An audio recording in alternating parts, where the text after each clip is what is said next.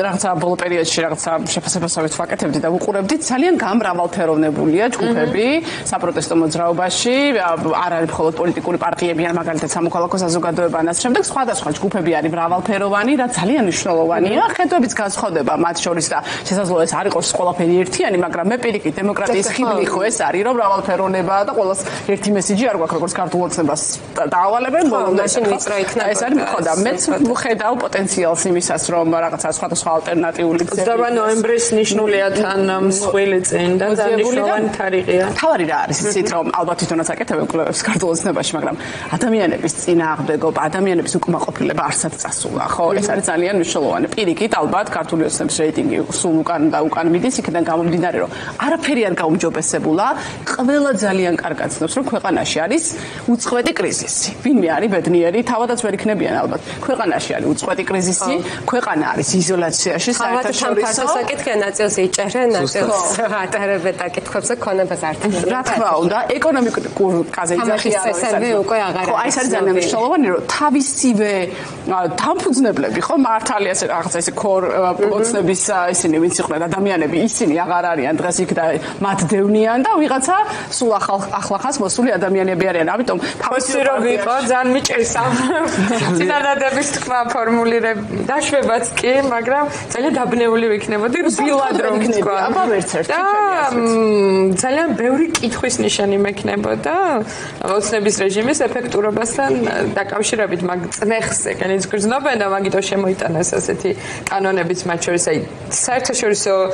ურთიერთობებს დიპლომატებთან მიმართებასაც მინდა დაუბრუნდე მათ ძალიან იმედებოდათ რომ ამ 4 ოქტომბერს გამოიყენებდნენ მინიმუმ თვითონ როგორც წარმოუდგენიათ აი დასაკომპლექსებლად მათ შორის დასავლელი დიპლომატების რომ всё ახლა აღარავის აღარ მოუნდება რომ გაეკაროს რაიმე ფორმით რუსთაველ საპროტესტო მოძრაობას გაიმიჯნებიან აღარ ილაპარაკებენ ამ თემაზე და ასე შემდეგ ნახეთ ჩვენ კადრები როგორ გამორბოდნენ იმ შეხვედრიდან დიპლომატები რომ დაიბარეს რაღაც საოცრებები უთხრეს მაღალი ალბათობით და მოთხოვეს დაგმობა ყველას და ასე შემდეგ მაგრამ დასაკვირველია ეს ადამიანები არის ბრმავებენ თავს და ზოგადად პროტესტის და გამოხატვის თავისუფლების მიმართ პროტესტები დავინებოთ გამოხატვის თავისუფლების მიმართ მხარდაჭერას ავლენენ გერმანიის ელჩი აიღეს განსაკუთრებით სამიზნედ თქვენ იცი ახსენეთ ჩვენს ეს მაინტერესებს რატომ გამორჩეულად ის ძალიან საინტერესოა და ასევე რა შედეგს აღწევენ ამით ხო ნახეთ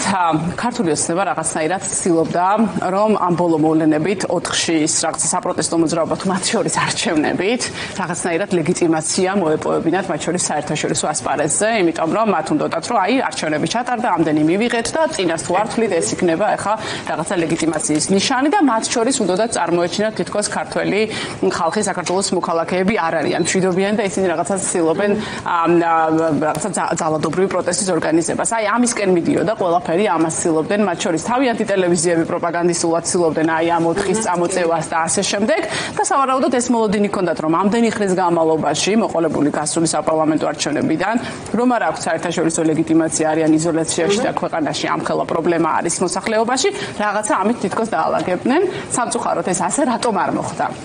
იმიტომ რომ ჩვენი საერთაშორისო პარტნიორები დიდი ხანი ამ პროცესებს უყურებენ და ძალიან კარგად ხედავენ რომ საქართველოს მოსახლეობა მშვიდობიანად დგას. რაღაცა ვიღაც კონკრეტული ჯგუფი თუ რაღაცას გააკეთებს ერთი და ორი ადამიანი ინდივიდუალური რაღაც იქნება.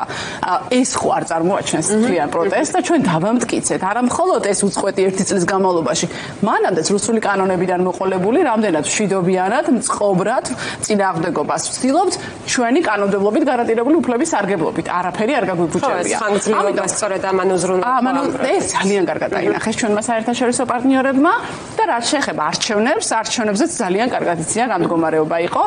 დამკვირვებლებიც კი არ იყვნენ ამ არჩევნებზე იქიდან გამომდინარე რომ ადგილობრივები რეპრესიაში გაყინული ანგარიშებით და საერთაშორისო ბოლო წარს რო გადაწყვიტეს თან რომ უნდა ეს რომელიც აბსოლუტურად წარმოუდგენელი იყო ამიტომ ქართული ოცნება ვეღარაფერს გააკეთებს ისეც რითაც უკეთესი გახდება უცებ და რაღაცა დემოკრატიულ ძალად შეიძლება წარმოჩინდეს იმდენად ყველაფერი აჩვენა და ცხადია ჩვენი საერთაშორისო პარტნიორები ამით ვეღარ მოწყობდებიან ხო